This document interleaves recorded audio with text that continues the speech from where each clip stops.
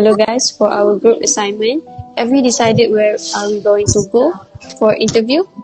I have sent the list in our group in a few suggestions, which is from Tani, Adusta, and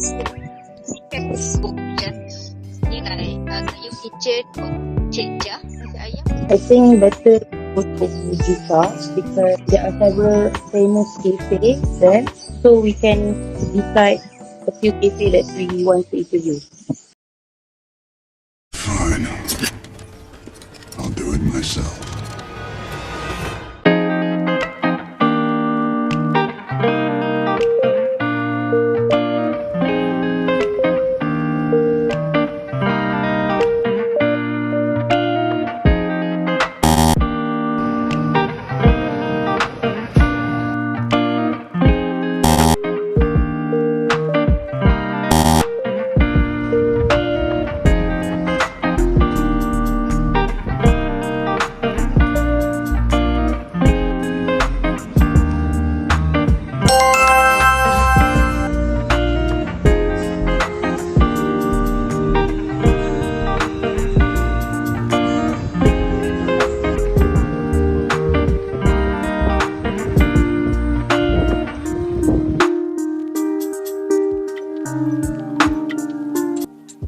Assalamualaikum and have a good day. So today we have the pleasure to have a simple interview. For the first question, please introduce about yourself and the cafe.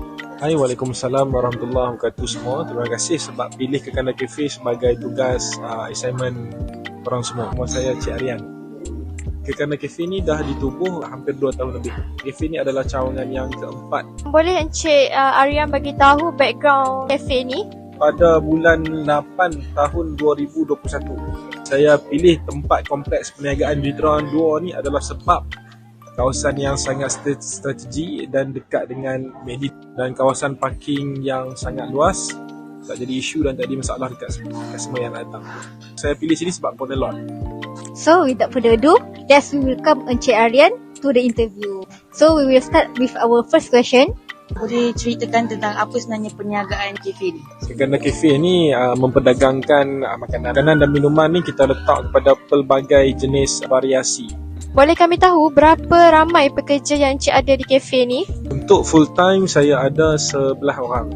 Untuk part time 12 ke 13 orang. Adakah kafe Encik melakukan inisiatif transformasi digital dari segi marketing, customer payment dan social media selepas COVID? Dan jika ya, apakah transformasi tersebut? Jadi sebelum saya buka, saya guna cara tradisional. Dari bulan ke bulan, saya masukkan benda yang update. Contohnya, saya gunakan QR, machine debit, paywave dan deduction by scanner. Daripada segi ordering, drinkings and food, saya buat by QR. Dari segi digital transformation yang dah dibuat, apa efek perubahan digital transformation tu terhadap pekerja punya attitude? Mereka akan lebih selesa dan mereka akan lebih berilmu, lebih mengetahui tentang transformasi yang bergerak sekarang. Sekarang ni bila kita buat by QR, walaupun kedai full pack, so customer yang tak sempat kita nak serve, kita boleh suruh mereka open QR dulu. Sebab tak banyak kerja, memudahkan mereka. Kalau untuk marketing, macam social media, sebelum COVID macam promote macam mana? Sekarang kan dah ada TikTok, guna tak? Belum ni kafe-kafe saya yang lain, saya guna cara yang lama iaitu memasang banner di tepi-tepi jalan. Saya menggunakan flyers direct by hand to hand, bagi dari tangan ke tangan, dan kita buat kios. Kita akan duduk dekat mana-mana mall ataupun mana-mana tempat yang keramaian orang. Kita akan edar flyers. Tapi bila saya dah belajar marketing cara di Instagram, saya more kepada Instagram. Bila saya belajar tentang TikTok, saya banyak juga pada TikTok. 3 platform ni, TikTok, Facebook, IG, untuk meningkatkan jualan dan customer. Bila dah buat digital transformation ni, para pekerja boleh adapt dengan senang tak? Of course, mereka akan adapt dengan senang sebab benda ni memudahkan mereka satu, dan mereka benda yang transformasi baru ni mereka lagi suka. Kalau jumpa customer, mereka sendiri akan cakap, mereka akan nak scan kan, nak kami table service. Kita bagi 2 option kat customer kan. So customer tu kalau kata dia up to date, dia dah boleh pandai buat melakukan daripada segi QR order. So kita direct QR order. Betul kalau kata customer tak biasa order by QR, tolong ajar macam mana. Macam mana proses latihan dan pembangunan dilakukan untuk melekatkan diri Encik dengan kemahiran digital yang diperlukan? Pertama sekali saya akan join kelas. Yang kedua saya akan pergi dekat tempat yang melakukan transformasi digital. Kita akan tengok secara live dan kita akan tengok macam mana services mereka. Apa kelebihan yang patut kita bawa untuk masuk ke kafe kita. Untuk menjadikan complete transformasi yang sempurna. So macam mana Encik nilai yang nampaklah yang diorang tu happy semua tu macam dalam digital transformation ni? Bukan just untuk QR scan ni dan juga untuk QR lain, untuk digital transformation lain. Saya akan pastikan kafe saya berjalan dengan lancar. Segala management di dalam kafe ni adalah sempurna. Serangan hendak. Dari tepi, saya suruh kawan saya main makan kafe, saya plus, cukup plus dan boost segala marketing yang ada. Jadi bila saya ada target saya macam tu, automatik management saya jaga, organisasi di kafe saya jaga. Okey, teruskan dengan soalan seterusnya.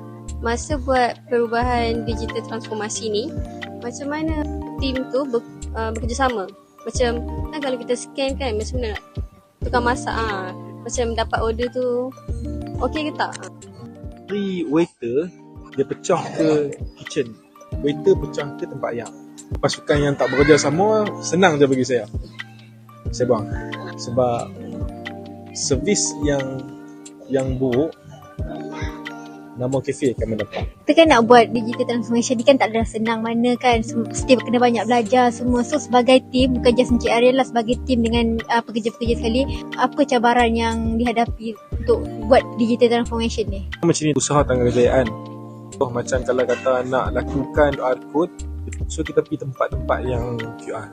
So saya nak, contoh kalau saya bawa budak 10 orang, saya nak seorang ni kena ada satu soalan dekat orang tu, dekat waiter depan. Macam mana mereka handle?